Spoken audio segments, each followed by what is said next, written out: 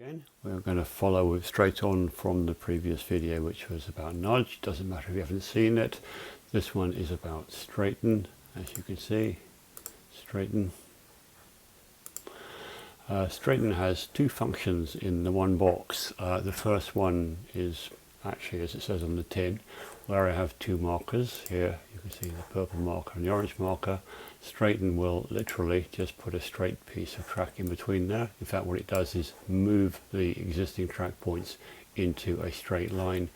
That's not the usual situation where you'd use it. It's more likely you'd be somewhere here that perhaps isn't quite straight, and maybe you'd like it to be completely straight, so that would be an appropriate use of that tool.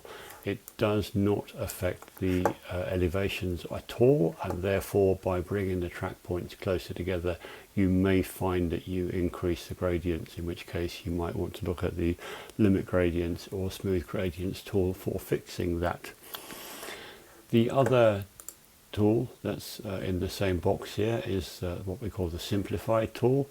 If I just remove the markers, so we just have the orange marker, implicitly that means this tool is going to apply across the whole track, and essentially what it does is look around the track for the track points that make the least contribution to the shape of the track.